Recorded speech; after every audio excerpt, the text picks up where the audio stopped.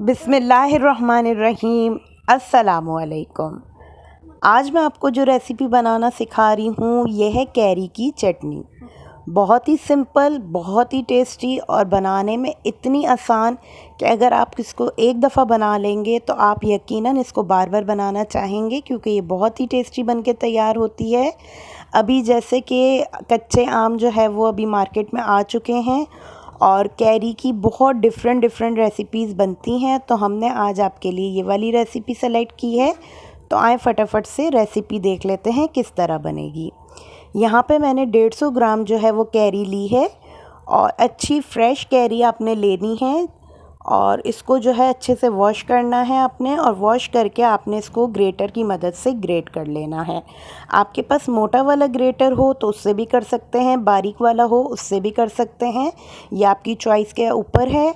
और मैंने इसको पील नहीं किया, मुझे इसके छिलके के समेत ही इसको बनाना है। अगर आप चाहें, अगर आपको इसका जो है वो स्किन इसकी ना पसंद हो, यानी छिलका इसका उतारना हो, तो आप इसको पील करके फिर इसको ग्रेट कर लीजिएगा, इसमें कोई मसला नहीं है। ये आपकी चॉइस के अकॉर्डिंगली आप इसको कर सकते हैं। तो यहाँ मैं आपको दिखाती हूँ, बिल्कुल मेरे पास ये बारीक कद्दूकश है, तो इसको मैंने इस तरीके से ग्रेट किया है और मैं यहाँ पे ये तीनों कैरियाँ जो हैं इसको ग्रेट कर लूँगी।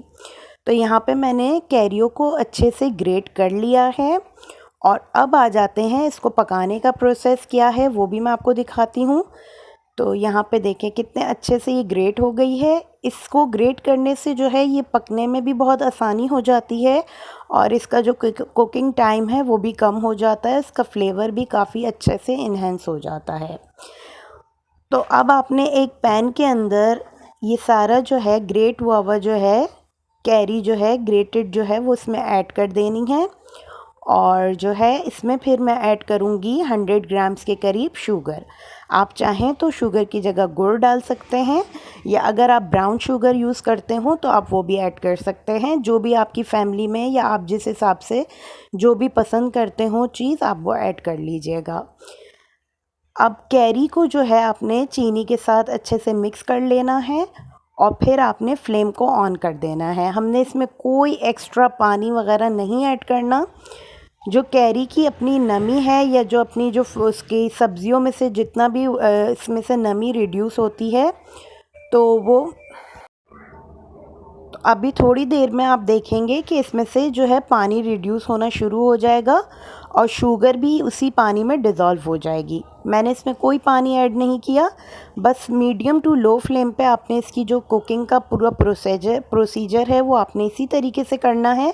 और इसको अच्छे से जो है आपने इस चीनी के पानी में जो कैरी को है वो अच्छे से हल्की आंच पे पकाना है। अब इसमें थोड़े से ड्राई मसाले ऐड कर लेते हैं। तो यहाँ पे मैंने 1/4 टीस्पून के बराबर इसमें जिंजर पाउडर ऐड किया है।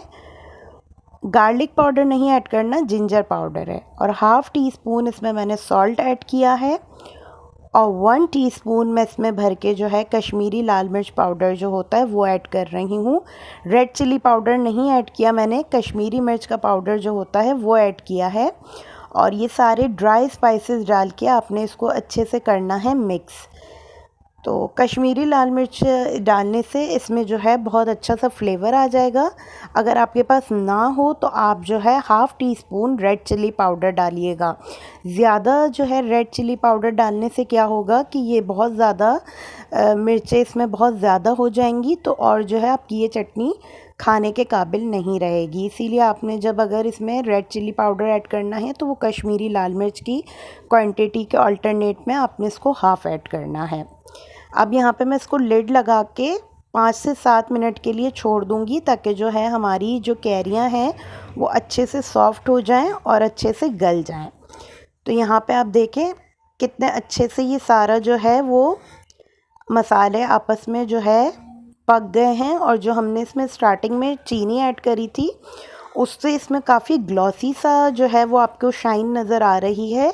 और चीनी से इसमें जो है ना खट्टा मीठा टेस्ट आएगा और बहुत ही मज़ेदार सी ये बन के तैयार होगी।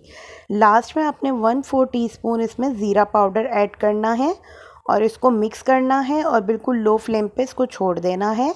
और इसको गाढ़ा होने तक आपने इसको पका लेना है। वैसे ये ऑलमोस्ट जो है हमारी डन है।